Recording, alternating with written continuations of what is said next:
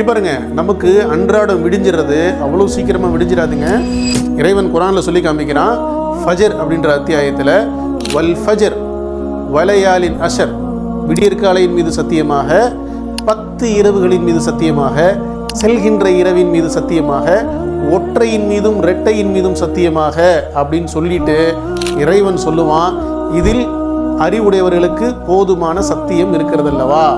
So medicinal ரீதியாக இதோட explanations பார்த்தோம்னா, ஒரு டே உதயமாகணும் அப்படின்னா, ஒரு நாள் உதயமாகணும் அப்படின்னா, கண்டென்ஸ்டு எனர்ஜி அப்படின்னு சொல்லக்கூடிய இந்த பேரண்டல் எனர்ஜியில் 10 மாதம் நம்ம தாய் தந்தை வயிற்றில் இருக்கும் பொழுது நமக்கு ஒரு எனர்ஜியை பில்டப் பண்ண இல்லையா இறைவன், அந்த எனர்ஜியும் அன்றாடம் நம்மளுடைய வாழ்க்கையில் நம்மளுடைய உணவு, நம்மளுடைய காற்று ப்ளஸ் நம்மளுடைய செயல்கள், அந்த எனர்ஜி செல்கின்ற இரவு, இந்த 2 எனர்ஜியும் சேர்ந்து நைட்டில் ப்ராசஸ் பண்ணும் பொழுது 4 ஒற்றை பாதையும் இரட்டை பாதையும் இருக்குது. அதாவது பிளவு பாதை, இருப்பு இணைப்பு பாதை, இருப்பு இயக்க பாதை, இயக்க சீரமைப்பு பாதை, இருப்பு சீரமைப்பு பாதை.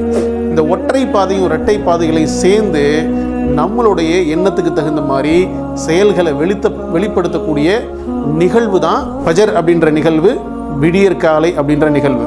ஸோ இது சுமூகமாக நடக்கணும்னா கண்டென்ஸ்டு எனர்ஜியையும் டெய்லி அன்றாட எனர்ஜியையும் நம்ம ப்ரிசர்வ் பண்ணக்கூடிய வழிகளை தெரிஞ்சாதான் நம்ம இம்மையிலையும் மறுமையிலையும் நம்ம சுமூகமாக நம்மளுடைய வாழ்க்கையை நடத்த முடியும்.